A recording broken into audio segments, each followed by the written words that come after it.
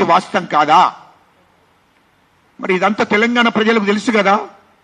ఆమె పేరేందో, ఆమె ఎవరితో అదేదో ఉన్నదే, ఆమె కలెక్టర్, దాని పేరేంది, సునీతా అగ్రవాల్. అది నాకు అర్థం కాలే. ఏం యాక్షన్ చెప్తుందబ్బా? ఆమె ఐఏఎస్ ఆఫీసరు, ఆమె ఐఏఎస్ ఆఫీసరు. 10 ఏళ్ళు కేసీఆర్ పక్కనే ఉన్నది. ముఖ్యమంత్రి కేసీఆర్, కేటీఆర్ హెలికాప్టర్లో తిరుగుతూ ఈమెకో హెలికాప్టర్లు ఇచ్చి తిరిగింది.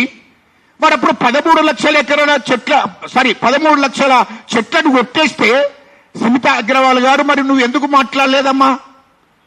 నువ్వు ఎందుకు మరి ఈ సోషల్ మీడియాలో పెట్టలేదమ్మా? ఒక్కసారి దానికి జవాబు చెప్పమ్మా. ఎందుకు పెట్టలే నువ్వు? అప్పుడు ఎందుకు చెప్పలేదు అమ్మా? నువ్వు చెప్పమ్మా. నీ మీద కూడా విచారణ జరుగుతుంది, ఎందుకు తొందరపడుతున్నావమ్మా నువ్వు? ఇవాళ నీకు ఒక ఐఏఎస్ ఆఫీసర్కు నువ్వు 10 ఏళ్లలో కేసీఆర్తో నుండి నువ్వు ఎంత దోపిడీ చేసావో అది కూడా బయటకు వస్తుంది. సునీతా అగ్రవాల్ గారు,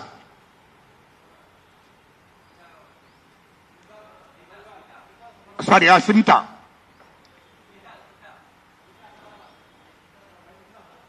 అయితే ఆమె రాష్ట్రంలో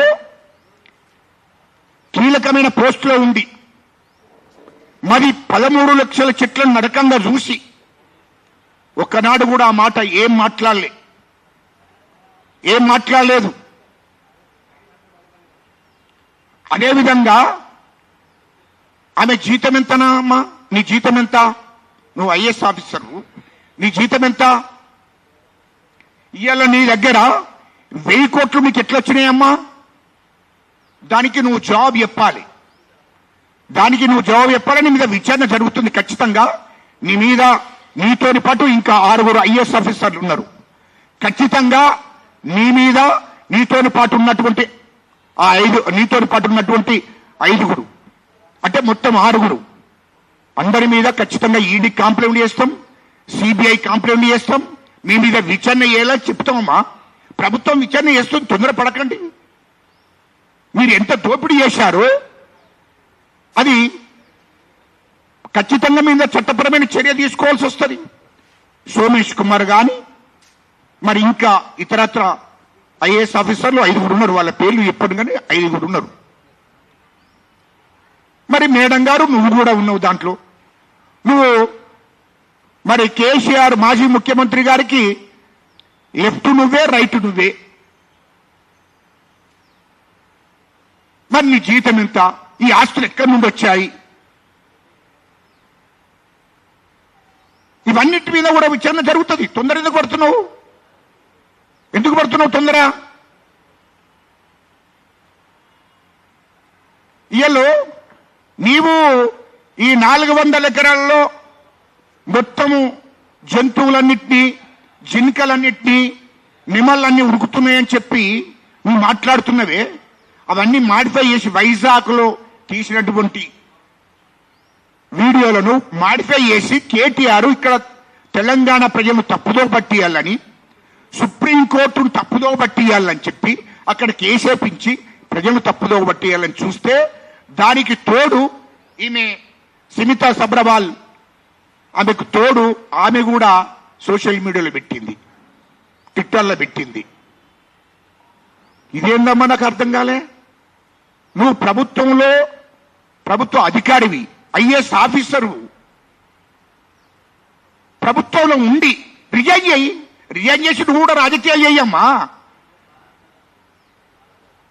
మేడం నువ్వు కూడా రాజకీయాలు చెయ్యి, బయటికి రా, రిజైన్ చేసి బీఆర్ఎస్ పార్టీలో చేసి కేసీఆర్తో ఉండి నువ్వు కూడా రాజకీయాలు చెయ్యి. ప్రభుత్వంలో ఉండి ఐఏఎస్ ఆఫీసర్గా ప్రభుత్వంలో ఉండి 400 ఎకరాలు ఎట్లా కొట్టారు, అందులో మొత్తం మన్యపరంలన్నీ లేకుండా చేశారు. నువ్వు చూసావా? నువ్వు చూపిస్తావా? నువ్వు ఐఏఎస్ ఆఫీసర్ కదా. నేను 2000 మంది గురించి మాట్లాడంలే. నువ్వు ప్రభుత్వంలో ఉన్నవు, జీతం తీసుకుంటున్నావు, ప్రభుత్వంలో బాధ్యత గల ఆఫీసర్వు, ఐఏఎస్ ఆఫీసర్వు, నువ్వెట్లా మాట్లాడుతావు అంటున్నా. మరి 10 ఏళ్లలో 13 లక్షల చెట్లను కొట్టేసి అడవులో నరికేస్తే వన్యప్రాణులు ఇక్కడి నుంచి ఉరుకుతుంటే శనికాలు నెమళ్ళు అన్ని ఇక్కడి నుంచి వేరే అడవులకు పారిపోతుంటే అప్పుడు నువ్వేం బీకినవా అంటున్నా, నువ్వేం చేసినవా అంటున్నా. అప్పుడు ప్రభుత్వంలో, అప్పుడు కేసీఆర్ ప్రభుత్వంలో కేసీఆర్ ముఖ్యమంత్రిగా నువ్వు అక్కడ కార్యదర్శిగా ఉన్నావు కదా, కీలక పాత్ర వహిస్తున్నావు కదా, మరి ఆనాడు నువ్వేం బీకినవా అని అంటున్నా. నేను మీడియా ముందటి నేను అడుగుతున్నా. అప్పుడు నువ్వు ఆ ప్రభుత్వం నుండి ఇది కరెక్ట్ కాదు అని ఎందుకు ఖండించలే? అప్పుడు సోషల్ మీడియాలో ఎందుకు పెట్టలేదు? అప్పుడు ట్విట్టర్లో ఎందుకు పెట్టలేదు? ఇప్పుడు ఎందుకు పెడుతున్నావు నాకు అర్థం కాలే. నువ్వు ఎంత దోపిడీ చేశావో మొత్తం లెక్కలన్నీ ఉన్నాయి. తొందరపడకు మేడము, తొందరపడకు. నువ్వు ఎందుకు తొందరపడుతున్నావు? నీ మీద కూడా విచారణ జరుగుతుంది. నీ మీద కూడా ఖచ్చితంగా ఈడీకి సిబిఐ ఖచ్చితంగా కంప్లైంట్ చేస్తాము. నీ ఆస్తుల మీద నువ్వు ఎన్ని ఆస్తులు సంపాదించావో మాకు తెలియదు అనుకుంటున్నావా ఏంటి? మొత్తం తెలుసు అమ్మా, నువ్వు మొత్తం తెలుసు. నువ్వు ప్రభుత్వం నుండి ప్రభుత్వాన్ని, మా ముఖ్యమంత్రి రేవంత్ రెడ్డి గారి ప్రభుత్వాన్ని విమర్శిస్తావా?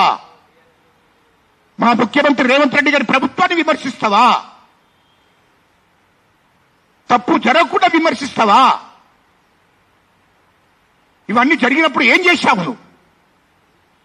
అంటే ఒక మూటగా ఏర్పడ్డారు 6 ఐఏఎస్ ఆఫీసర్లు. అందరిని అనడం లేదు, పాపం చాలా మంది ఐఏఎస్ ఆఫీసర్లు నీతిగా నిజాయితీగా, ఐఏఎస్ ఐపీఎస్ వాళ్ళు చాలా మంది నీతిగా నిజాయితీగా రాష్ట్రంలో బాధ్యతయుతంగా పనిచేసినటువంటి వాళ్ళు చాలా మంది ఉన్నారు. వాళ్ళందరినీ నేను మాట్లాడంలే, కానీ వీళ్ళు 6 ఉన్నారు.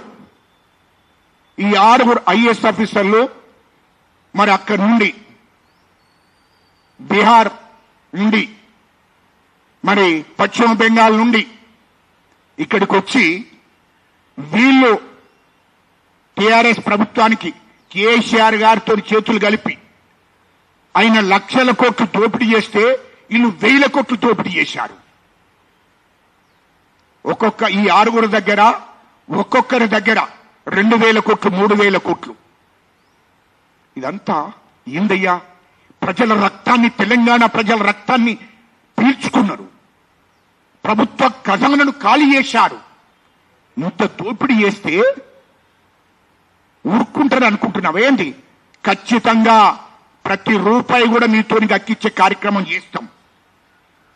ప్రతి రూపాయి కూడా ఎవరెవరు ఎంత దోశారు, ఎవరెవరు ఎక్కడ పెట్టుబడులు పెట్టారు, ఎవరెవరు ఎక్కడ మీ ఆస్తులు ఎక్కడున్నాయో మొత్తం మీద అన్నిటి మీద కూడా విచారణ జరుగుతుంది. వీటి మీద చర్య తీసుకుంటారు అనే విషయాన్ని కూడా గుర్తు చేస్తున్నా. నువ్వు కాంగ్రెస్ ప్రభుత్వాన్ని విమర్శిస్తావా? మా ముఖ్యమంత్రి రేవంత్ రెడ్డి గారి ప్రభుత్వాన్ని విమర్శించే హక్కుడికి ఎక్కడిది? ఓ పని చేయి, రిజైన్ చేసి నువ్వు పొలిటికల్ పార్టీని ఏరు, అదే టీఆర్ఎస్ పార్టీలో ఏరు, మరి చేరి మాట్లాడు. 2000 మందిని చేశారు కదా, 2000 మందికి నోటీసులు పంపిస్తారా? నాకెట్లా పంపిస్తారంటే 2000 మంది వేరు, నువ్వు వేరు. 2000 మంది వేరు, నువ్వు వేరు. నువ్వు ప్రభుత్వంలో బాధ్యతయుతంగా ఉండాలి. అది మర్చిపోయి నువ్వు మాట్లాడుతున్నావు.